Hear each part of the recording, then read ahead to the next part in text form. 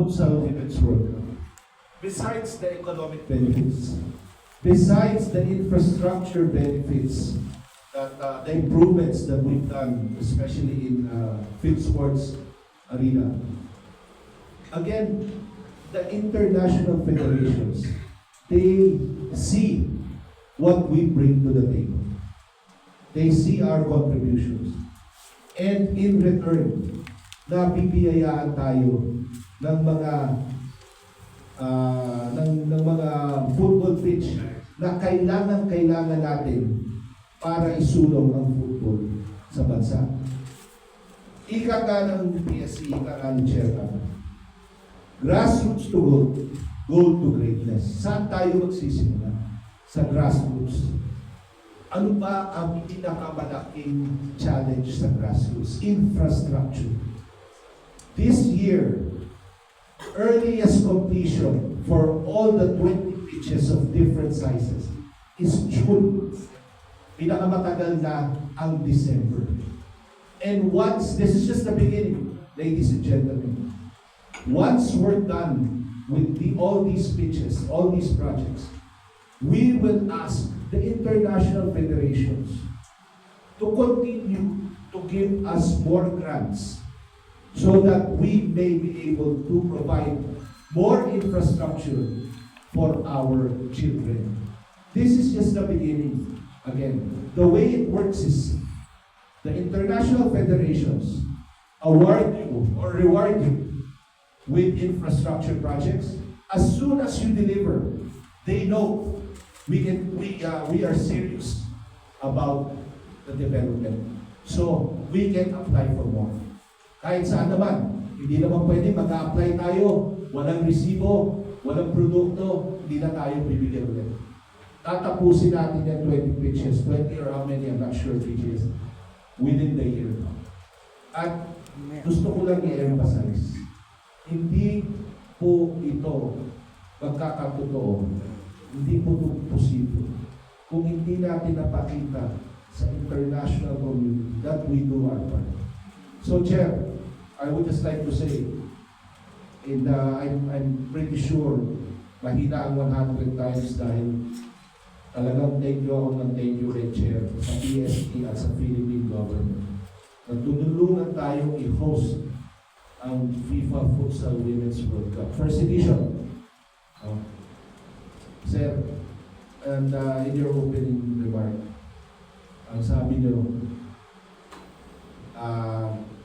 dapat ngayon ang PSC naman ang binibigyan, ang PSC naman ang nabibiyayaan, ang NSA naman ang nagtitibay. Sir, ito po ang regalo ng international federations sa Pilipinas. Pero sir, nahihiya pa rin ako dahil nahihingin pa rin po ako. Sir, may padama pala. Pasensya na sir. Kasi akala ko tayo lang. Akala ko tayo lang. We can create more infrastructure. We need the land. We need the land to build pitches on. Hindi po kasi realty corporations ang international football associations. Hindi naman real estate company ang FIFA, ang AFC at AFC. They will provide the infrastructure if we can provide the land to put it on. So, ang pakiusap ko, Chair, sa lahat po ng facility ng PSC, kung mapagbibigyan nyo ang BFF, i-request po natin sa FIFA, i-request natin sa AFC, i-request natin sa AFF, na bigyan pa tayo ng pitch or field projects para halos lahat ng sulok ng Pilipinas, malagyan natin. Again, this is just the beginning. This is 20 pitches for this year. Hopefully, we get more. We will apply for more. Meron pang next year and the year after, tuloy-tuloy. So, Chair, baka sakali, mapagbigyan nyo kami yung mga property natin na hindi naman masyado na i-utilize. Lagyan po natin ang football pitch. Sa UP. Hindi lang, sa lahat, sir. Yeah, I want to comment President Yang. First of all, maraming salamat. Congratulations. May I know, dito sa initial, I heard it, initial na tulong ng PFF, FIFA, and the Asian Federation. How much is this worth? Meaning, just for my appreciation and for our appreciation, how much is this value of support in terms of cost to the Federation? Well, sir, let's just put it in perspective para madali-dali. Roughly, ang full-size field will cost between 20 to 25 billion. At o nga pala, mga sir, mga ma'am, artificial po lahat to all weather. Ibig sabihin, hindi nagpuputik. Pwede itong gamitin pagkatapos ng ulan or habang uulan, pwede gamitin ito. So again, going back. For a full pitch, it will cost between 20 to 25 billion pesos. Yes, yes. For a half pitch, of course, half that, 11 to 13. And for a quarter, it will cost around 5 billion. Ito po, prinisinta namin sa inyo lahat. Ang kabuuan po niyan ay nasa 3.6, 3.7 million dollars. Yan po ang cost or ang value nitong mga pitches na again, ibiniyaya sa atin that was entrusted and awarded to us by FIFA, AFC, and AFF.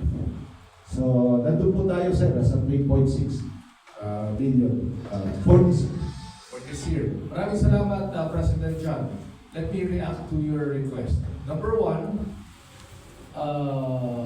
I hope that next time we meet the media, I have convinced PFF and FIFA to also take a look at the football field in Rizal. I really believe we need a football home. And I really believe that the Filipinos will really support football if there is a improved or increased capacity. So, ngayon pala sinasabi ko na relate to FIFA that we need all the support for PFF to pursue a football home in Rizal. Number two, I want to know, and I think we all want to know, what we plan to do with the Philippine Arena, because until now the default is futsal. But before you answer that, John, I think it is good to know, friends, that we are now closely coordinating with DepEd and all state universities and colleges. Ang proof of concept po ngayon, nandiyan pa lang sa UP.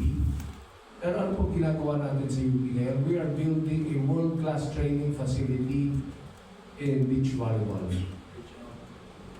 And na-realize po namin na ang PSC pwede makipagtulungan sa mga state universities and colleges because they have thousands of hectares of land in their universities and colleges, but they do not have the funds to develop sports facilities.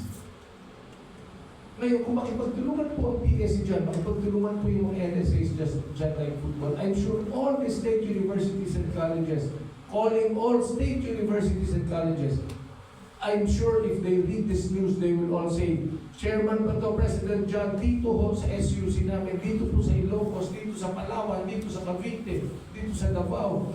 If I'm not mistaken, there are close to 300 SUCs all over the country.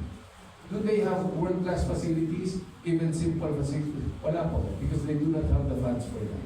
So ako, President John, sinasabi ko na sa'yo, let us do this together with the SUCs, with the support of DepEd and CHED and the Office of the President, because I am pretty sure magtataasa ng kamay ang mga yan.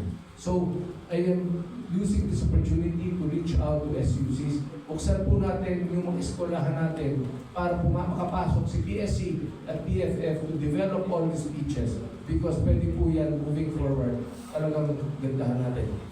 3 months ago, nasaan po ako? Sa Marawi. Do you know in the Mindanao State University in Marawi, there are 15,000 students in the heart of Marawi, and they have an open field for football. They even have a 9-hole golf course in Marawi, in Lanao. And can you imagine, ilan po ang ang lupa ng mga SUCs all over the country. Diba? I was told that UP, the University of the Philippines, they have 5,000 hectares sa Laguna, Quezon property waiting to be developed, all SUCs. So ito po government to government. Ito po yung tinagawa namin ngayon, yung 500 billion facility natin with DCDA in John A. Government to government po. Ang bilis, maganda, at madaling makita mo yun. So, President John, I just hope we can also clarify what we plan to do with the Philippine. Yes, of course, Chair.